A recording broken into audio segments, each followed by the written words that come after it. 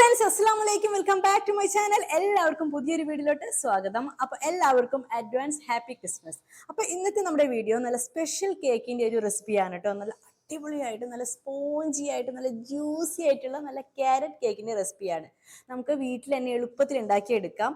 Oven വേണ്ട, beater വേണ്ട, alcoholic ഇല്ല, അങ്ങനെ ഒരു സംഭവം ഇല്ലാതെ സുഖമായിട്ട് നമ്മുടെ വീട്ടമ്മമാർക്ക് വീട്ടിൽ തന്നെ ഉണ്ടാക്കിയെടുക്കാൻ പറ്റുന്ന നല്ല അടിപൊളിയായിട്ടുള്ള കേക്കാണ്.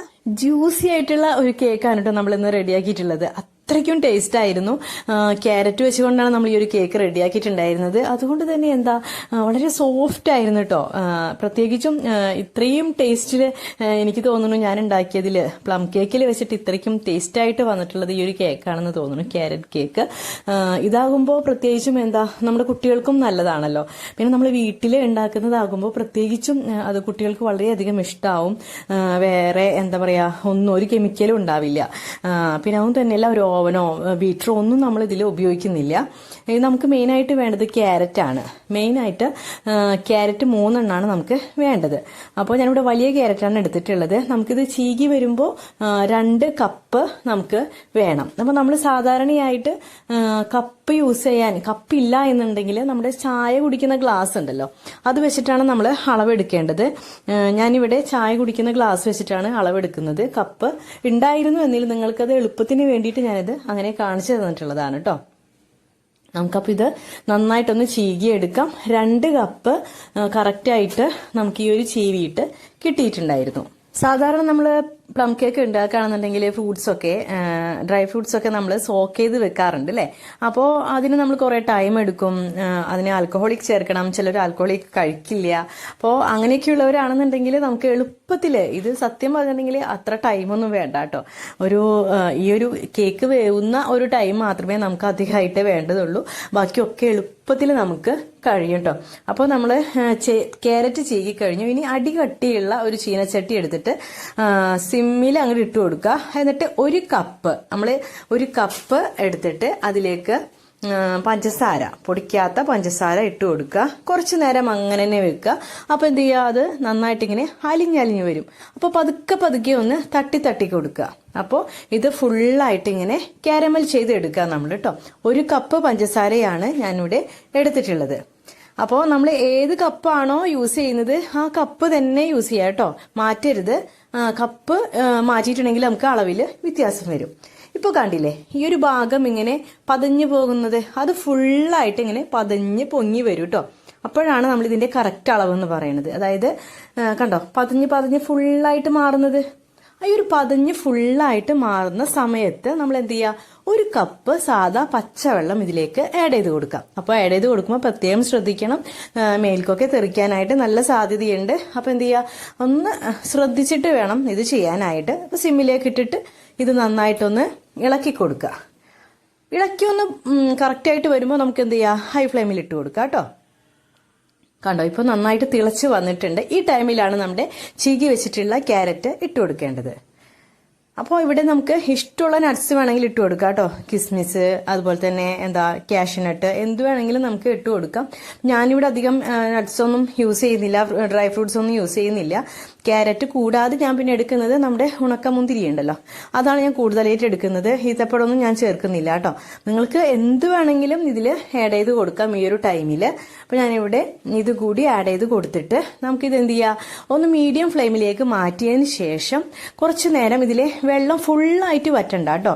കുറച്ച് വെള്ളം ബാക്കി നിർത്തിയിട്ട് നമുക്കിത് ഫ്ലെയിം ഓഫ് ചെയ്യാം. കാരണം ഇത് കുറച്ച് നേരം ഇങ്ങനെ ഇരുന്ന് കഴിയുമ്പോൾ ഭയങ്കരമായിട്ട് കട്ടിയാകും. അപ്പം അതുകൊണ്ട് നമുക്ക് ഒരിച്ചിരി വെള്ളം ബാക്കി നിർത്തിയിട്ട് മാറ്റി വെക്കാം. ഇനി നമുക്ക് ഡ്രൈ ഇൻഗ്രീഡിയൻസ് ഒക്കെ ഒന്ന് അരിച്ചെടുക്കാം. അപ്പം ഞാനിവിടെ 2 കപ്പ് മൈദയാണ് അരിച്ചെടുക്കുന്നത്. 2 കപ്പ് കേട്ടോ. എന്നിട്ട് അതിൽ നിന്നും 2 ടേബിൾ സ്പൂൺ മൈദ ഞാൻ മാറ്റുന്നുണ്ട്. ഇതിലേക്ക് 2 ടേബിൾ സ്പൂൺ കോൺഫ്ലവർ ഞാൻ ആഡ് ചെയ്ത് കൊടുക്കുന്നുണ്ട്. ഇത് ഓപ്ഷണലാണ്, ഒന്നുകൂടി ടേസ്റ്റ് കിട്ടാൻ വേണ്ടിയിട്ടാണ് കേട്ടോ ഇങ്ങനെ ചെയ്യുന്നത്.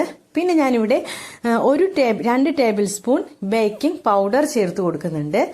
പിന്നെ 1/2 ടീസ്പൂൺ ബേക്കിംഗ് സോഡ ചേർത്ത് കൊടുക്കുന്നുണ്ട്. പിന്നെ ഞാൻ ചേർക്കുന്നത് 1/4 ടീസ്പൂൺ പൊടിയുപ്പാണ് കേട്ടോ. ഇതെല്ലാം കൂടിയിട്ട് നന്നായിട്ടൊന്ന് മിക്സ് ചെയ്ത് കൊടുക്കാം. അപ്പോൾ നന്നായിട്ട് അരിക്കുമ്പോൾ ഇതൊക്കെ എല്ലാ ഭാഗത്തേക്കും മിക്സ് ആയിട്ട് വരും.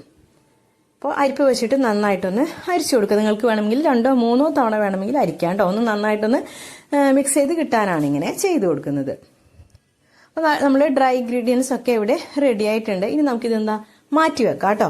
ഇനി നമുക്ക് എന്ത് ചെയ്യാം, നമ്മുടെ പഞ്ചസാര പൊടിച്ചെടുക്കണം. അപ്പം അതിന് വേണ്ടിയിട്ട് ഞാനിവിടെ 1 കപ്പ് പഞ്ചസാരയാണ് എടുത്തിട്ടുള്ളത്. അതിലേക്ക് ഒരു 6 കരയാമ്പൂവും ഒരു 2 കഷ്ണം നമ്മുടെ കറുകപ്പട്ടയും ഇട്ട് കൊടുത്തിട്ട് നന്നായിട്ടൊന്ന് പൊടിച്ചു കൊണ്ടുവരാം കേട്ടോ. കണ്ടോ, ഇപ്പം നൈസായിട്ട് ഇവിടെ പൊടിച്ചു കൊണ്ടുവന്നിട്ടുണ്ട്.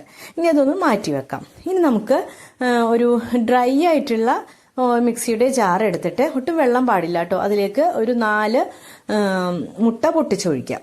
അതിലേക്ക് നന്നായിട്ട് അടിച്ചു കൊണ്ടുവന്നതിന് ശേഷം നമ്മുടെ പൊടിച്ചു വെച്ചിട്ടുള്ള പഞ്ചസാര ഇട്ട് കൊടുക്കാം. ഇത് ഒരു 30 സെക്കൻഡ് അടിക്കാം. വീണ്ടും ഇത് അടിച്ചു കൊണ്ടുവന്നതിന് ശേഷം നമ്മൾ 1 കപ്പ് സൺഫ്ലവർ ഓയിലാണ് പിന്നീട് ആഡ് ചെയ്ത് കൊടുക്കുന്നത്. വീണ്ടും അതൊരു ഒരു 2 സെക്കൻഡ് കൂടി ഒന്ന് അടിച്ചതിന് ശേഷം നമ്മൾ നേരത്തെ റെഡിയാക്കി വെച്ചിട്ടുള്ള ആ ഒരു കാരമൽ ഉണ്ടല്ലോ, അതൊന്ന് ചൂടാറിയതിന് ശേഷം, നന്നായിട്ട് ചൂടാറിയതിന് ശേഷം വേണം നമ്മുടെ ഈ മുട്ടയുടെ കൂട്ടിതിലേക്ക് ഒഴിച്ചു കൊടുക്കാനായിട്ട് കേട്ടോ.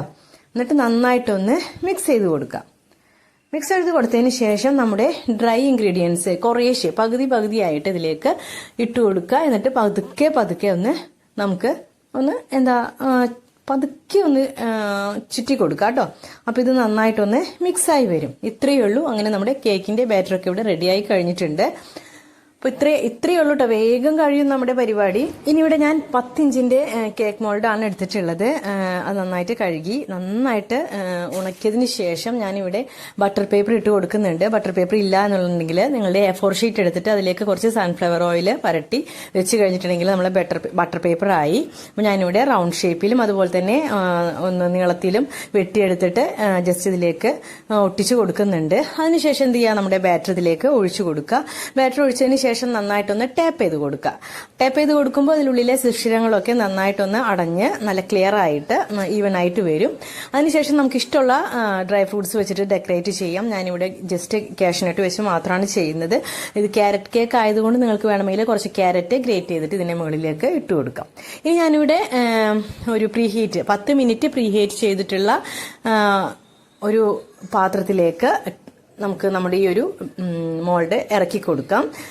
അപ്പോൾ നമുക്ക് സാധാരണയായിട്ട് ഒരു 45-50 മിനിറ്റ് വേണ്ടി വരും നമുക്ക് ഈ ഒരു കേക്ക് റെഡിയാവാനായിട്ട്. പ്ലം കേക്ക് ആയതുകൊണ്ട് തന്നെ ഇവിടെ എനിക്ക് 50 മിനിറ്റോളം ആയിട്ടുണ്ട്. മീഡിയം ഫ്ലെയിമിലാണ് ഞാനിവിടെ ഇട്ടിട്ടുണ്ടായിരുന്നത്. അപ്പോൾ നമ്മുടെ കേക്ക് റെഡിയായെന്ന് നോക്കാം.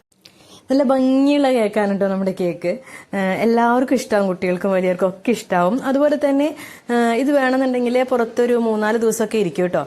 ഫ്രിഡ്ജിലാണെന്നുണ്ടെങ്കിൽ കുറച്ചധികം ദിവസം തന്നെ ഇരിക്കും. അപ്പം എല്ലാവരും ഈ ഒരു ക്രിസ്മസിന് ഈ ഒരു ക്യാരറ്റ് കേക്ക് ഉണ്ടാക്കി നോക്കുക. നമ്മുടെ വീട്ടിൽ കുട്ടികൾക്കും വലിയവർക്കൊക്കെ ഉണ്ടാക്കി കൊടുക്കുക. അതുപോലെ തന്നെ ഫീഡ്ബാക്ക് കമന്റ് ബോക്സിൽ അറിയിക്കാം കേട്ടോ. അപ്പം എല്ലാവർക്കും അസ്സലാമു അലൈക്കും.